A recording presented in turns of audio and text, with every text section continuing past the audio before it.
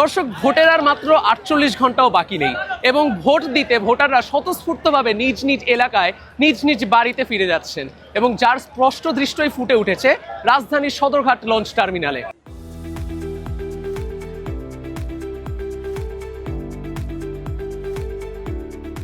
এখানের লঞ্চগুলো কানায় কানায় ভর্তি হয়ে উপচে পড়া ভিড়ের সাথে ফিরে যাচ্ছে তাদের নিজ নিজ এলাকায় এবং নিজ নিজ বাড়ির উদ্দেশ্যে। দর্শক, রাজধানীর সদরঘাট লঞ্চ টার্মিনালে আজকে এই যে ভিড় দেখতে পাচ্ছেন তা শুধুমাত্র আসন্ন জাতীয় সংসদ নির্বাচনকে কেন্দ্র করে ভোটারদের বাড়ি যাওয়া উপলক্ষে।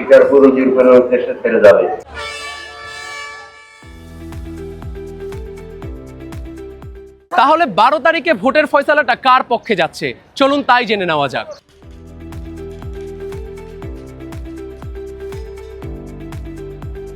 এটা সর্বোচ্চ আনন্দ আমাদের জন্য, আমাদের প্রজন্মের জন্য সবচেয়ে ভালো আনন্দ দিচ্ছে। নিজের টাকা খরচ করি আমরা দেখতে আসি, যাই আমরা ভোট দেব ইনশাআল্লাহ। অনেক আনন্দ লাগতেছে, কিন্তু মানে চাই যে ভালো কেউ আসুক, আমাদের দেশটাকে ভালো করে গড়ুক।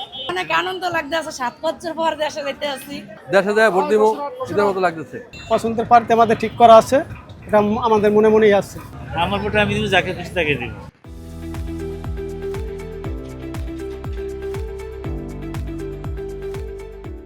48 ঘন্টার মধ্যেই জানা যাবে ফয়সালা যে এবারের নির্বাচনে বিজয়ী হতে যাচ্ছে কারা।